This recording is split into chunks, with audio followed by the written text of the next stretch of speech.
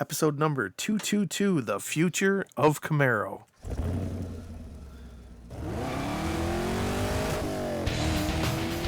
Welcome to the Camaro Show. A podcast about all things Camaro and GM performance news. I'm Chris Frezza. And I'm Jason Debler. We're your hosts for this week's episode of the Camaro Show. Want to be part of our show? It's easy. Just leave a message on our voicemail hotline at 586-486-3182. So sit back, relax, and enjoy the show. And welcome back, everyone, to another exciting episode of the Camaro Show. I'm Chris. I'm Jason, and oh my God, is it exciting now? Oh my God! Oh my! No, we And don't we even. have a We don't even special have guest to. here. We don't even have to say why. No, we know what we're talking Okay. about. Yeah, but let's introduce our special guest. Who do we got in the That's studio right. here? We've got the guy that broke the internet. Manoli Katakis. Manny, how you doing, buddy? Of muscle cars and trucks. .com. .com. Oh, okay. All right. Bit of a career change for those of you that have been listening to the show and have heard me on this a couple of times. I forget how many times I've been on the Camaro Show. Probably half dozen to Yeah. a dozen. Yeah. I don't know. But over the years I've been in and out. And I left GM Authority earlier this year, and I figured it's time to sort of start my own thing. And Cool. with that comes my 10 years of experience, my sources, my writing skills, everything. Muscle Cars and Trucks is the new kid on the block. It's a month old. Mm-hmm. But the guy behind it has been doing this for 10 years, and I like to think that I've gotten pretty good at this. Yeah. So let's go back a little bit here, because what we're talking about, ladies and gentlemen, is an article that kind of set the internet on fire Tuesday. Oh my gosh. Yeah, it was very, very sobering type article. I'll agree with that. Yeah. But what I want to start out by saying, first off, is nowhere in the article did it say the Camaro was canceled. No, it does not. No. But people seem to be... Shame on everyone's reading comprehension, first of all. And even bigger shame on the people regurgitating my work into distorting the message. Yeah. Whoa. What do you mean by that? So if you read the original article, which is 7th generation Camaro Shelved, not Canceled. not Camaro going away forever. Yeah. Okay. Not it's shelved, right? So what that I use that word to mean, that it could potentially just be delayed. It could potentially just be completely, they might be going back to the drawing board, whatever have you. After 2023, the future's pretty Up in the air. It's Camaro 6 will have essentially run its course. And Agreed. And at that point it would have been on the market since 2015. So it was 8 years. So a good run. That's a good run. That's longer than Camaro 5, right? Yeah. And from what I understand is that just with GM's future product cadence, they're focusing on electric vehicles now, or they want to. Okay. And the Camaro is kind of just on this sort of back burner, and for a lot of reasons, right? You don't see it selling as well as the 5th gen did. The 5th gen was selling over 80,000 units a year, I think, like back to back to back, up until I think like the final year or the first 2 years. I forget how it works out. In 2018, just for comparison's sake, the 6th generation Camaro sold just over 50,000 units, 51,000, whatever. Okay. And that's a huge drop, and then already this is passenger cars segment, guys. So you're not dealing with the margins that you have with trucks or SUVs. And when you're already dealing with a marginal profit or marginal low profit margins and a shrinking volume, the business case really starts to evaporate. Even if the Camaro is a icon, at the end of the day, Chevy's got more icons. And this has happened to the Camaro before, right? And you guys have been around, following the scene since 02 with the F-bodies. And what was the words they used? Hiatus? That was the word Scott came up with when he had to write. That's the word. Yeah. The article, and I believe he said he kind of got. Did he say he got yelled at for using that word because they wanted to do away with the car. They want it canceled, and when he wrote the final kind of like word on the Camaro that it was going away, he left it open on purpose because he knew so many people were so passionate about this car that it had to come back, and that's why he used the word hiatus. Here's the thing about that, and I've had many a drink with Mr. Settlemeyer and many a meal with Mr. Settlemeyer talking about things that I still can't repeat to this day about that car. One thing I did say is, did you know that the car was coming back? And if I recall correctly in my Captain and Coke haze, he said no. He didn't know for sure, which is common across all manufacturers. They just don't know. Things can change, like they clearly have. But he said he didn't want people to lose faith. And what does he say? Keep the faith. Keep the faith. For always, years. Yeah.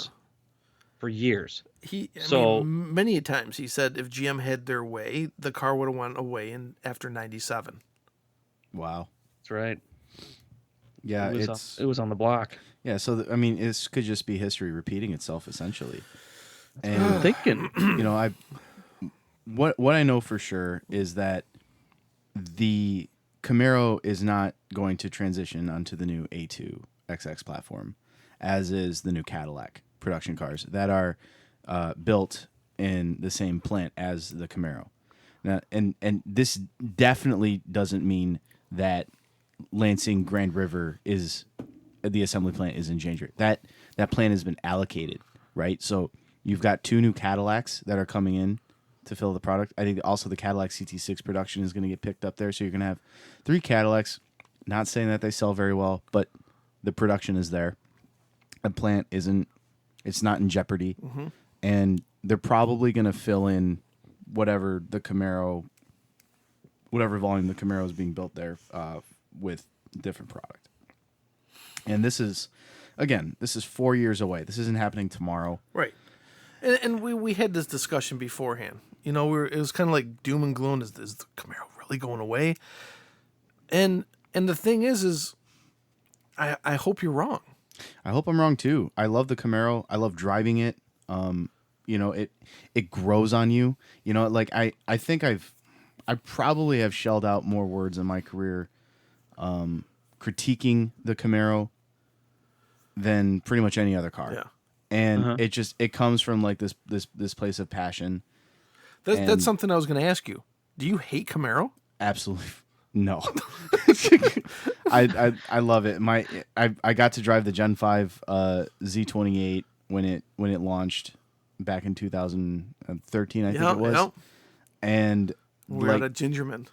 To this day, I think that is one of my favorite cars. Just the feeling you get from it. It's so raw. I love like that there's AC delete and that they thinned the glass in the rear and that they took the carpet out of the trunk and just all this stuff that's like little here, little there, and it adds up to be a lot. And the introduction of the flow tie and Multimatic DSSV dampers and just 305 square Pirelli tires. Just everything about the Z28 is bonkers, absolutely insane. And it's like it really, as a car enthusiast and for my life, right, as a GM enthusiast, like that product, that Camaro, the 5th Gen Z28 really speaks to me. Okay. Too bad I can't afford one. Yeah. But You might be able to by now. Well, maybe they're still I mean, shoot, yeah, they're you can get them for what, 40 grand, 30 grand now, about Give or take. give or take. Yeah, it's crazy. Before the cylinder head valve fix. Was that ever a problem in the 5th Gen Z20? I don't think it was. No. And the only thing I can say about that is I thought it was. I thought it was an issue across all LS7 engines. I have on good authority that was fixed before it got dropped into that Camaro engine bay. Okay. Very good. Which contradicts what I was told before, right about this time last year. Sometimes it's about who's telling it to you. Well, the person that told it to me, I know that they know what they're talking about. That person probably wants my head on a plate. Well, here's the thing that I want to ask you, Manny, and this is something I saw. This article has been cited as a reference on so many automotive outlets this week. Yes. And the number one thing I'm seeing is people saying is, who the heck is this guy? And can anybody can say my secret source said this? Yeah, they can. What would you tell people? Well, about and listen, guys, listen. You're not just a blogger. No, I'm not some fly-by-night hobbyist. Let's see your resume. Where'd you go to school? I went to Oakland University, got my degree in journalism, and when I was a senior in high school, when I was a senior in college, I jumped on, I joined GM Authority basically on ground zero, and I helped build its reputation to what it has become through my journalistic work, through my exclusive stories, my reports, my various product stories, like over the years, over the decades. I can't name them all. There's too many over the 10 years, but like some highlights that stuck out, like I found the Zora trademark before Car and Driver even heard about a mid-engine I remember Corvette. that. I found out, and in like more recent, like I would say like even within the past like 6 months before I left, I wrote about how the CT6 plug-in hybrid was essentially a one and done, one model year, and then they canceled it. I found out that the ZR2 Bison was sold out, essentially like within a year. It was sold out. And there, so you do your research. You don't just throw shit out there. So you're not just grabbing stuff out of the air and putting not words just grabbing to a stuff paper. out of air, and like to get to where you get. Here's the other thing: for this article to be sourced, even on national news, right? Fox News, various broadcast media. They're still talking about it. I think Autoline After Hours was talking about it today, and pretty much every blog site in between. You don't just get cited and sourced if you're starting Some fly-by-night if you're some fly-by-night blogger that has an outlet that's a month old. You can absolutely come out with the juiciest, craziest rumor, and then it just might incentivize people to bite. Which, hey, to play devil's advocate here, I could see someone making that conclusion. However, like these people have been in the media scrums with me over the years. They've seen the work that I've produced. I've interviewed everyone at GM, from Mary Barr to Mark Royce, to the Chevy Sonic marketing director, like whoever is an SME, of the product of the moment. I've talked to them, and I do my work, and over the years, over the decade, especially living in Michigan, the small town that is Detroit, you can't get away from someone in the auto industry, whether it's a supplier or whatever. Yeah. So you pick up sources pretty quickly. Yeah. And over the 10 years that I've been doing this, I picked up my sources. And this isn't something that I've, even like if one person told me, I'm like, nah, get out of here. Like, no way. There's got to be more to this. And then when I hear it again and again and again and again, and suddenly it's becoming this kind of it's talked about, but it's not public. I'm just like, this is Because that was going to be my next question. Why now? Mm-hmm. Why drop this bomb right now? well, why not now? Well, know? I guess if it surfaced, Yeah. I reached out to GM for a comment, and I got a statement back from. Let's see here. Let me look up in my email here. So I was like, hey, they must be getting questions, and one of the media guys, GM Product and Brand Communications, Chris Bonelli, sent me an email back, and he says, here's our official statement.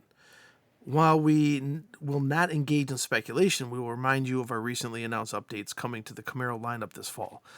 An all-new LT1 model will provide customers V8 power with the new design, with the design and affordability of our LT trim. The award-winning SS model will feature a new front fascia from the Camaro shock concept. All of our updates are customer-driven to improve the car and its driving experience. That's the official statement from GM. Now, I've heard, I've also read that GM supposedly, and I don't believe this is true, made a statement to another outlet saying that the car is just. I don't think that that's a statement that they're referring to. I No. think they just heard it from someone. They had their source that told them that. It wasn't anybody from GM who came out and said this. But people are taking that, thinking it's an authentic, Chris Bonelli said, hey, no, the Camaro is not canceled. It's only going to be, kind of delayed. Well, the seventh gen will be delayed. I don't think. how do you delay something that's already 4 years away? And again, what was the word hiatus? Mm-hmm. How is that different than the word delayed? Yeah. Okay, let me jump in here real quick. Okay. Everybody who knows me knows I've been a Camaro guy my whole life. Chris, that's how you and I met. We're Camaro guys. We met 25 years ago. And we started CamaroZ28.com. We ran it for many years. I became a Camaro disciple. I was on the focus group for the 5th gen Camaro. If this had come from anybody but you, Manny, I would have said, yeah, right. Okay, doubt it. But when I realized this came from you, Everything that guy just says is bullshit. it knocked me on my butt because I know you know your stuff. I know you don't pull things out of nowhere. I know you don't build clickbait. I know you have many years of journalism experience, and I know that what you say is, if it's not accurate, it's not by your choice. Yeah. And this really bothers me. This really concerns me. And anybody who says, "Oh yeah, no, not a real media outlet," they don't know who you are. They don't know your credentials. Yeah, and I to that I can just say, just watch this space. Like Muscle Cars and Trucks has already published, I think, 12 exclusive stories since its month of opening. We started by finding a little nugget about the mid-engine Corvette's ECU and how basically like tuners and GM's already gotten really robust with their cybersecurity. Yeah. As they should. Well, a lot of people wanted to tune the trucks, right? Because there's a lot of money right now in tuning trucks. And if you look around, there's short of like a full ECU swap or an engine swap, you can't do it. And you're seeing that you're gonna see that even up another level with mid-engine Corvette. So considering how many people love tuning their Corvettes, and then to find out that this may be an untunable car, but that is ultimately that's a statement best left up to the hackers, right? I'm not a hacker. Yeah. I don't know how to hack an ECU, but if we're already seeing troubles with L5P Duramax, T1 trucks, what was another the C7 ZR1? I guess the LT5 also had a really strong ECU encryption system. But C8 just takes all of that and takes it to another level. So it's the tuning community is getting squeezed here, I think, and you're seeing that too from other automakers as well. Like as time goes on, to just get in there and basically mix up with your air fuel ratio, things like that, to increase your power from the engine via the ECU. It's like it's only going to be left for late model year cars. So that was our first story at Muscle Cars and Trucks. Right. And just today, I was at the Chelsea Proving Grounds with FCA, and I got to talk with Tim Kaniskis, who is the guy who launched the Dodge Demon. You know, he was the FCA head of passenger cars, and largely responsible for the resurgence of the Charger and the Challenger. And he told me that the Dodge Demon is not coming back. They sold 3,300 cars, one and done. They'll probably do something else if anything else, but no more Demons. They don't want to piss off their existing Demon customers. They're not going to piss off their existing Demon customers that paid $85,000 for them, but they got to option their extra seat for $1. It's a cool car, man. Well, I got a question. Do you think that the Demon sold non-Demon Challengers? Oh, huge. Yeah, the Halo effect it has been massive for Challenger. And again, Kaniskis, I think, knows this dark art better than anyone right now. Because the other thing he said to me when I asked him about the Challenger's platform and how old it is and if it's endangered, and he just says, our customers not once have asked us about that. Yeah. They don't care. It's kind of last of the dinosaurs. It's a crocodile. We talk about it all the time. It came out in Yeah, we do. 2008. Yeah. And it's pretty much the same car, mildly refreshed through the years. Based on essentially the Chrysler 300s platform, Exactly. based on essentially a 90s Mercedes E-Class, so It's crazy. it's been worked over. It's been worked over. And if you ever get a chance to drive like any of the new Challengers or the new Chargers, they're a riot. They really speak to, they really carry the muscle car ethos. They really speak to the muscle car enthusiast. They're loud. They're extroverted. Right? They could be abrasive, but it's the same. A lot of reasons why people buy Camaros too. I just think that Dodge has demonstrated that they have tapped that market a little better. And you're seeing that in the sales. And yeah, we can argue all day, oh, they've got $59 a month leases. I was like, no one's buying, they're not doing scat packs for $59 a month. You're not buying Hellcats for that. Like, it's funny how many people just go into those dealerships and they want to even just test drive a Hellcat. And it's flipped the tuning industry on its head too, right?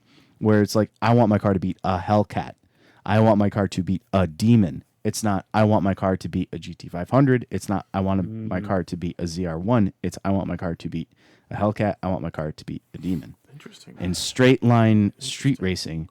And even though, no automaker is going to like legally come out and say, something this is like, this is for the street racer. This is essentially like this is kind of who is going to get attracted to this more. It's going to they're going to be more drawn to it than anybody else.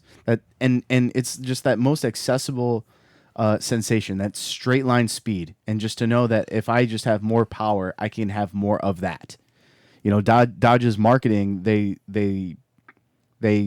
have the research that just says give me more power all the time. And that's why you have cars with 797 horsepower with the Hellcat Red Eye, which isn't a limited production, by the way. Like, they'll just build them as people order them. Wow. But anyway. So do we think that Challenger is kind of paid for? I mean, it's been around for all these years. It's paid for, man. Minor and yeah, you can get away with those bargain basement lease deals and prices, but ultimately, like, you can't that's just the advertisement. Like we've all gotten suckered into those bargain basement lease deals, and how many times have we actually like walked out of a dealership paying those prices? It's almost impossible. Yeah. But what I'm saying is that Camaro has gone through 2 generations versus the Challenger's only 1. Right. Meaning that the Camaro had to pay for the retooling in the factory and the massive cost incurrences. Yeah. Where Challenger said, okay, we're just going to do a little refresh, and we're just going to keep kind of enhancing over the years instead of a complete new generation. And it's paid off too, because you're seeing a contributor to what we're talking about today, with the Camaro potentially going on the shelf in a few years. So, I mean, I outlined in the article a couple of things that may have pointed to warning signs, and number one was the 2019 refresh. It was a flop. Oh, look great. Ask anybody. I had no problem with it. 50. I didn't either. In 2018 they sold 51,000 units. That's compared to, again, like the 80,000 plus, year in, year out for Camaro, For 5th gen. for Camaro 5, and that's a sobering statistic. It is. Now and it's not just that. Like, again, the Camaro community can be its best and worst enemy sometimes. Like the hostile behavior and the hostile responses from some people towards Chevrolet, very inappropriate. But for them to go to that extreme to try to get Chevy to change their mind is just there's a better way of doing things. Well, I kind of harken back also to the 98 Camaro, too. Social media wasn't as big back then, but we had forums. It was non-existent. We had forums back there. Mm-hmm. And when they changed the front end of the Camaro in 1998 and they compared it to a Catfish, it was crazy. It was like, this car, the designers should be killed. It's ridiculous. It was horrible. Can you imagine today, in today's world, what would have happened? If it with that sort from of the behavior? 97 to 98. Oh man. But here's the saving grace was the LS1 motor. When people I was going to say the same thing. When the people saw that car running and they were running flat 13s bone stock with an LS1 motor, they're like, "Oh, whoa, wait, hold on a second. I think we need I guess I can look beyond the front end because everybody's going to be seeing my tail end." But it was crazy. It's like, someone should be killed. I mean, it's never ending. No, and you saw that with the refresh, and you're kind of seeing that even with like the sort of like remarks toward me, with my report. It's just been it's been a great week. Well, and that's the reason why I said, do you hate Camaro? And and the answer is no. No, but GM wants my head on a plate. The Camaro community wants me shot, and then there's this whole like cottage industry of idiots who really like are doing everything they can to piggyback on the traffic, as well as trying to debunk me. And good luck, fellas. Okay, all right. Let's just cut the crap here, Manny. Mm-hmm. You know what you're talking about, yes or no? Yes. You've got many years of experience. We've already established that. Well, you guys know me too. Like, you guys have seen me at events for years. Yeah. Right, but I want to hear you say it to our listeners. Did you pull this out of thin air? No, you did not. I don't know how to do that.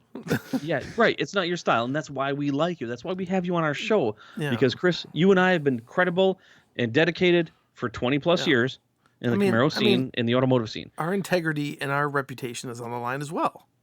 That's right. We don't make clickbait. We don't No. hang around people that do clickbait because it's just it's like the tabloids. Well, of the have you met internet clickbait people? They're terrible. It's horrifyingly bad. Oh You know my what's God, even this worse? person died. The fact that they're popular because stupid people make them pop. Anyway, Capital letters. Here's what happened. OMG, I blew up my car. Just kidding. What? Here's the real story. What we know. Anyway, all I'm saying is that, like I said, it knocked me for a loop. You hope you're wrong, but do you really think you're wrong about this? No, I don't. You don't. I mean, again, right. I'm not saying that the Camaro is canceled or gone forever or like whatever. We still have 4 years. It's shelved. It's hiatus. It's delayed. Anything it's whatever you That's want right. to call it, guys. But like the point stands that Camaro 6 is going to run its course.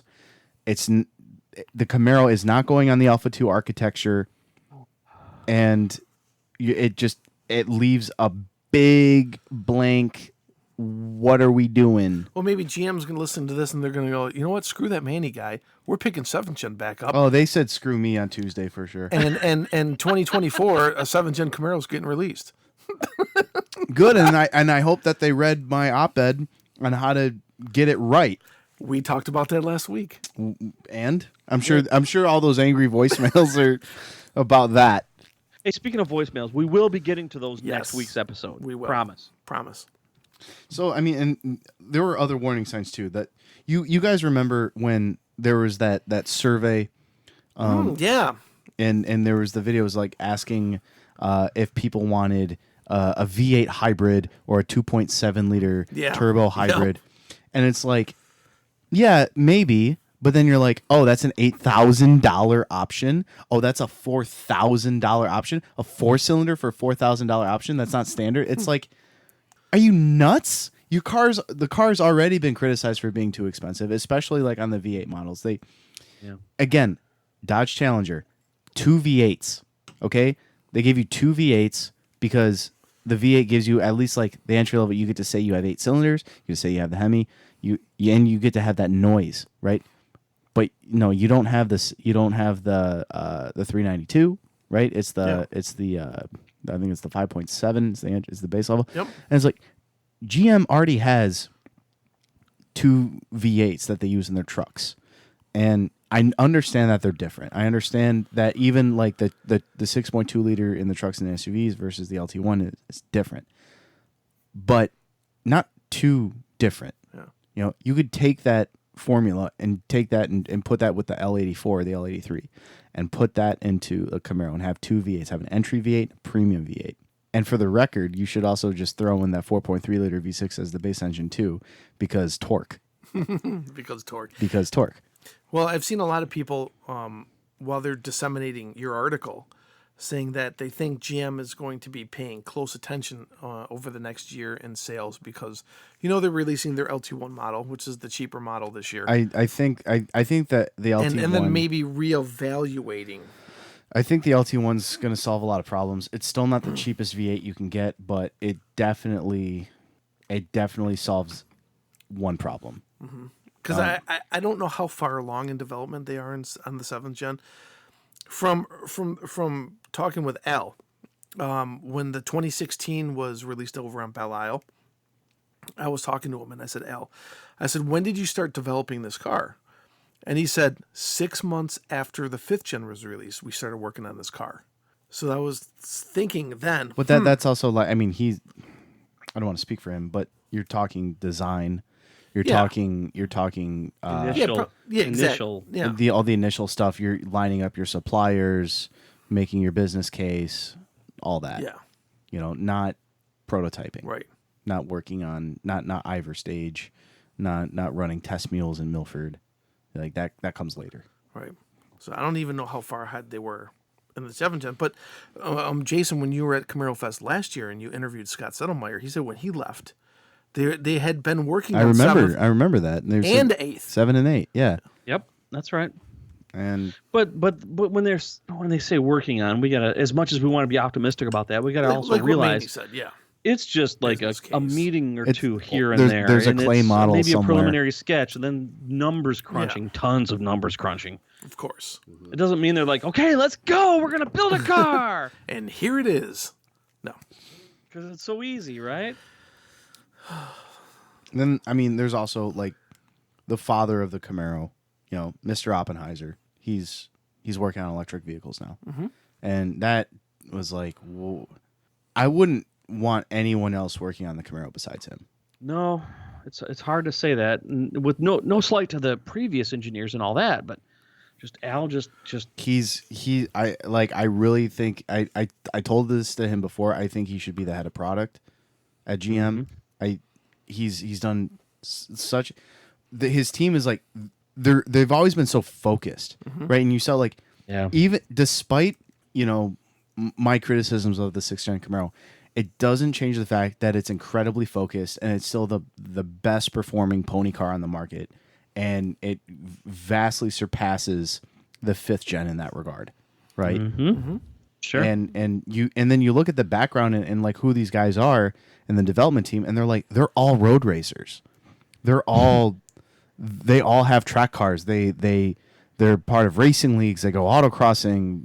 They were at one point they were all retired racing drivers. Like, it's awesome to read up on that backstory. And then this is the result of what you get. You get a really good track car. Problem is you're in the Corvette sandbox now, and that and even on like a price point too, when you're like you're charging such a premium for your car because your hardware is expensive because you made your car so sophisticated. Well, it turns out muscle car people don't like all that. They don't care. They don't care about the sophistication. Turns out they're all just a bunch of Neanderthals with money. And it goes back to our whole making stupid people famous. Yeah. But I don't know. We're going to see the 6th gen run its course, regardless of whether there's a 7th gen. And I still think we're going to see a lot of cool stuff coming out from Camaro. I know Mark Dickens, who's the chief right now, he's been on the Camaro. Also, team. Dickens did the ZR2, which is like I think that might be my favorite Chevrolet right now. Wow. I love the ZR2 and the Bison.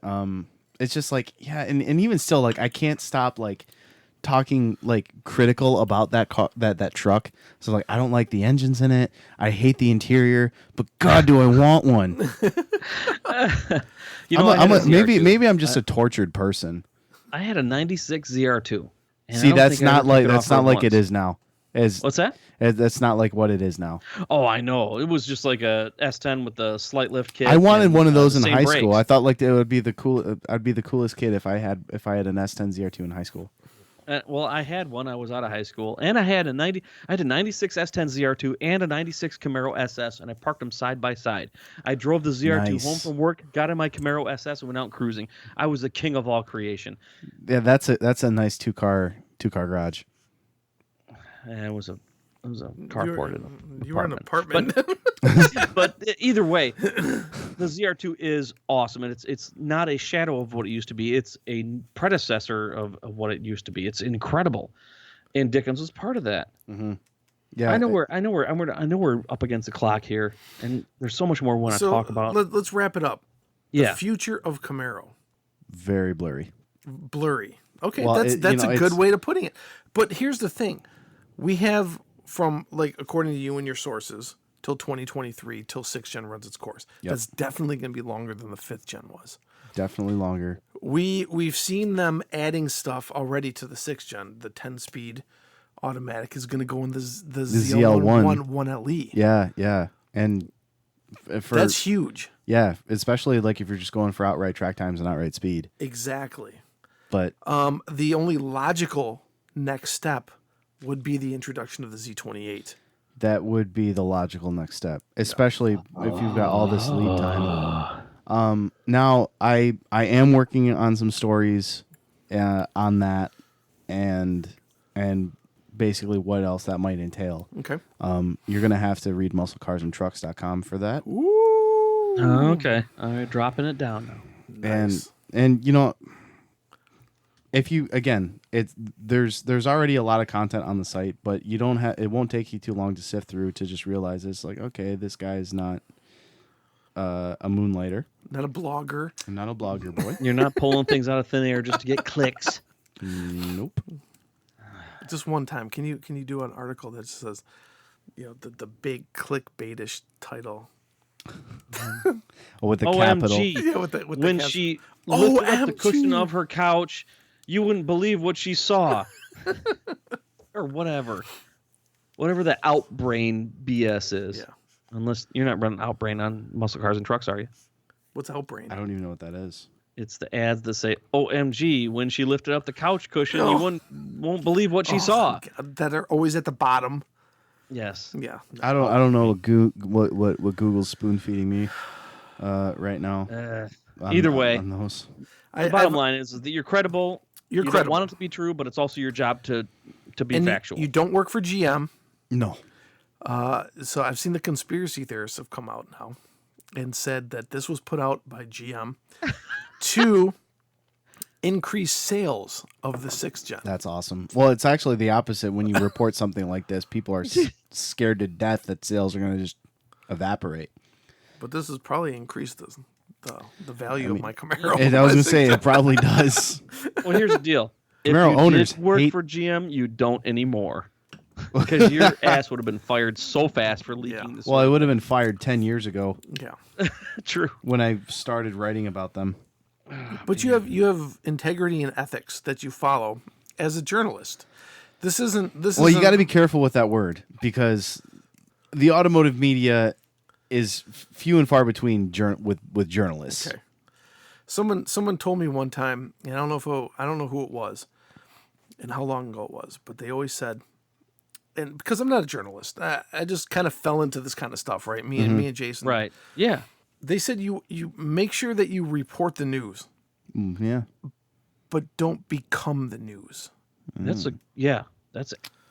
dead nuts accurate. Like you want to report the news.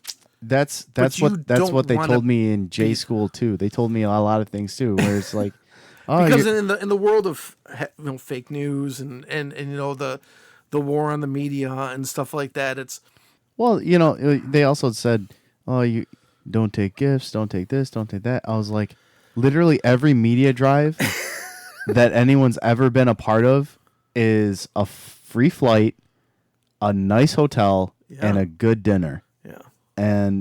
And probably one too many old fashions at the hotel bar. And it's like, oh, but so first of all, because there are people in the automotive media community that say that they're still journalists, even though they accept all of these things, myself included, right? And even if you put the little disclaimer at the end, it doesn't ultimately like change anything. But I've even seen like some rhetoric of saying, oh, well, it's a lot cheaper to send people to cars than cars to people. Hence the flights and such. And I'm just like, it might be true, but it's true, but it's silly thinking. Ultimately, like if you wanted to do this job ethically, it's impossibly expensive. And, that just kind of leaves the door open for only the impossibly rich to do stuff like this. And, it's all again, it's super muddy. It's super blurry.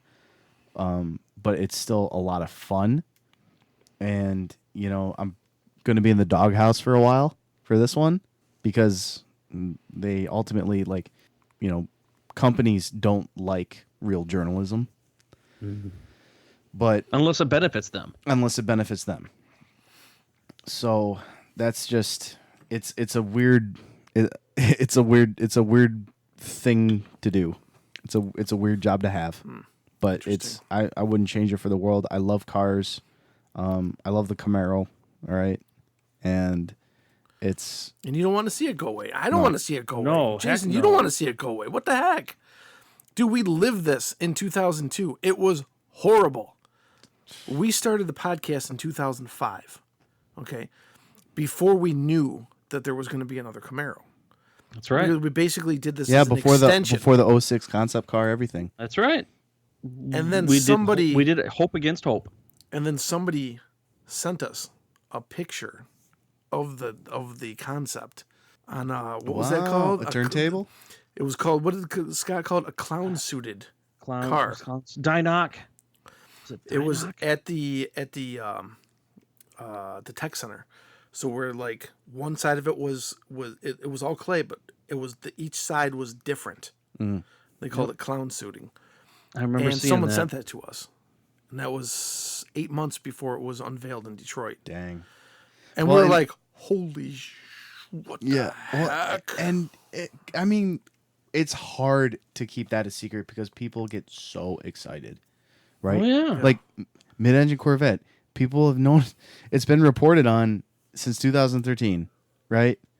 And it, now it was like, I think as of this year, it was GM's officially confirmed its existence. So by the way, if you really want an official word of GM about anything, just know that it might take you 5 years.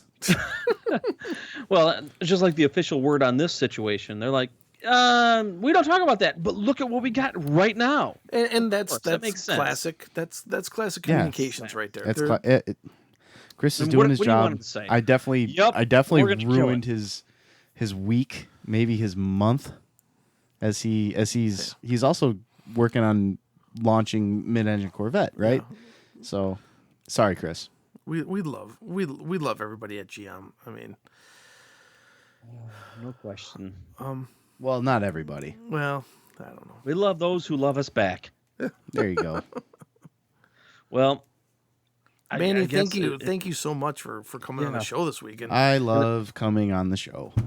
I know it was tough for you to do that article. I know it was risky, I guess, Yeah. but I think it opened a dialogue. I really do, I want the think it dialogue. opened eyes. I want the dialogue to happen. and I think it's going to. Yeah. I think everybody is now aware of what's going on, whether General Motors wanted that or not. It's out in the open now, and For the better, I think. yeah. Well, here's the thing, Chris. Back in 1997, I don't remember the exact date anymore. It's been so long. It's been 22 years, give or take. You and I started this whole idea of the Save the F-Body page. Yes.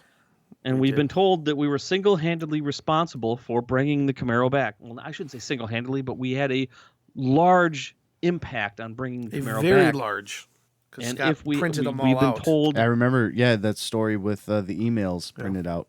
we've been told that this won't be documented, this won't be written, this won't be in any email, but we've been told that if we hadn't done that, the Camaro would have not come back. Manny, I wonder if you didn't do the same exact thing inadvertently last Tuesday. That'd be neat. That's all I can. We didn't get any Yeah. free cars out of it. I'm just saying. That's all I But, can. That's all I can say is that'd be pretty neat. Yeah, we're all passionate about the car. You guys should write a book. We said that many times. Actually, me and Scott Settlemeyer, we sat down, we started writing a book together many times over, well, back when I smoked and he smoked and cigarettes and he had wine and I had Captain and Cokes, and we started putting a book together, and then it just kind of just went nowhere. He didn't think that anybody would be interested in reading it. Oh my but God! I don't agree with that, especially Yeah. if you're right, Manny.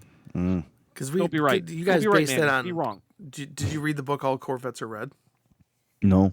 Oh my Great God! book. Read my that God. book or listen to the audiobook. Either way. It's a Great freaking book. The guy, an author, was embedded in GM while they were developing the C5. He unfortunately passed away a few years ago. Oh, really? Yes. And his whole book is on the entire development of C5 and what goes on behind the doors in GM. It was incredible. It was incredible. And I'll have to check it out. the Corvette was struggling then too. yeah. James Yeah. Schaefer. I'm sorry, James Schefter. How many Is his times name. has the Corvette been marked as? Twice. Yeah. Twice. I think from C4 to C5 and then C6 to C7 was I'm positive it was C6 to C7. And this was again like the bankruptcy era, and the C6 ZR1 essentially was like the Skunk Works final hurrah of the Corvette. And then I forget how the whole story was. Just basically like the things like, oh, we gotta get working on the new Corvette. And one guy says the other's like, we don't have one. And then it's like, well, let's get it started. And that was that. And then so basically, and from 5 to 6 to 7, like it's all been on that Corvette Y platform, and it's kind of like the evolution of the Challenger, but you know the C7 to a C5 is like huge difference, massive, and everything's just like when you drive a C5, it just feels like a really loose and cheap C7, but then you drive a C7, it's just like sharp and taut. And then C8's coming out in a couple weeks.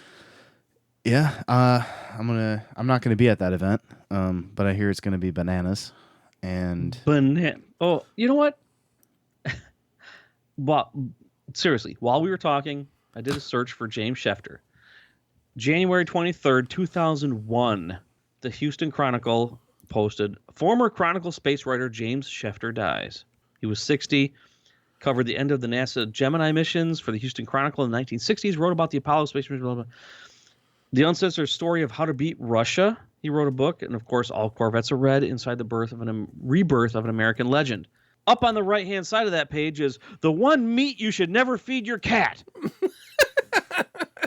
Okay, how about just saying, don't feed your cat this meat. No. Hamburger.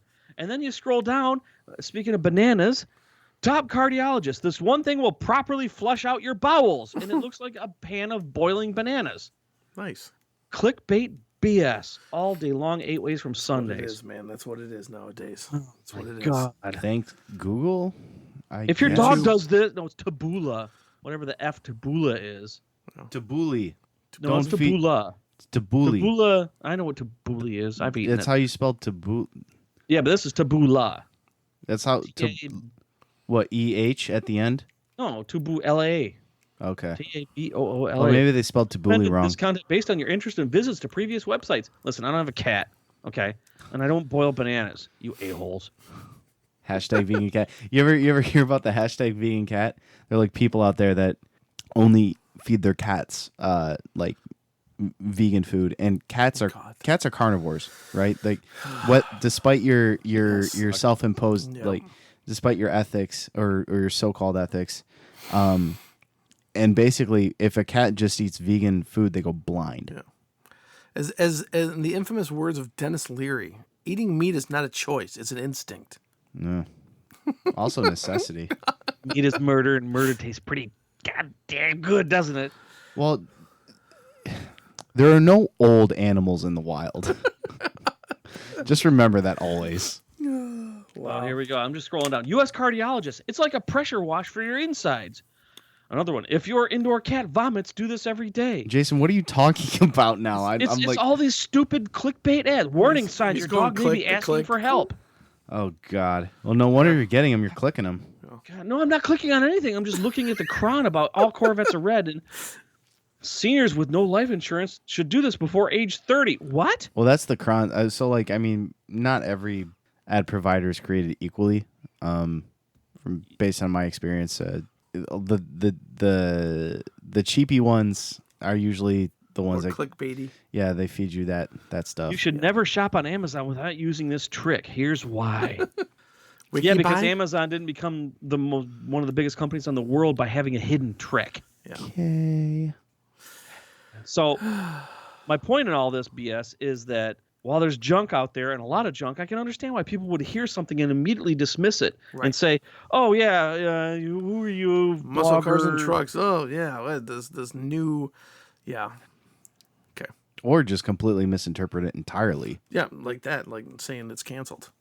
And just not, no more Camaro ever till the sun burns out. Okay. If you don't do this, you will die tomorrow. Okay. All right. Great ad. Great ad. Well, Manny, thanks so much for coming on the show this week. Anytime. It's probably been a crazy. Thanks, Manny. It's probably been a crazy week for you. Yeah. But again, yeah, people are mad. People are Well, they're passionate, and that's a good thing. Yeah. Yes, they are. I was just going to say they should be mad if it's not true, but we're mad if it is true. Right? Yeah. So, well, I'm gonna be mad at you. You're liable, but I'm also gonna be really mad if it's true. Well, I guess. Yeah. The truth sucks. Yeah, truth hurts. Oh wait, that's been a long quote. Yeah. All right. This episode has run long. We appreciate everybody hanging in and just getting to the bottom of this because it set the internet on fire. Yeah. So we will be back next week with our voicemails and emails and all that. And if you guys want to comment on the show, if you want to have your voice heard, leave us a voicemail, 586-486-3182. Let us know what you think. And we'll be back with another show next week. Yeah. Let's get out of here. You guys ready? Yeah. Thanks, Manny. Thanks, Thanks Manny. for joining as always, and thanks for listening, everybody. Always. We'll see ya. Thanks for listening to The Camaro Show. Don't forget, drop us a voicemail at 586-486-3182. We'll see you next week. See ya.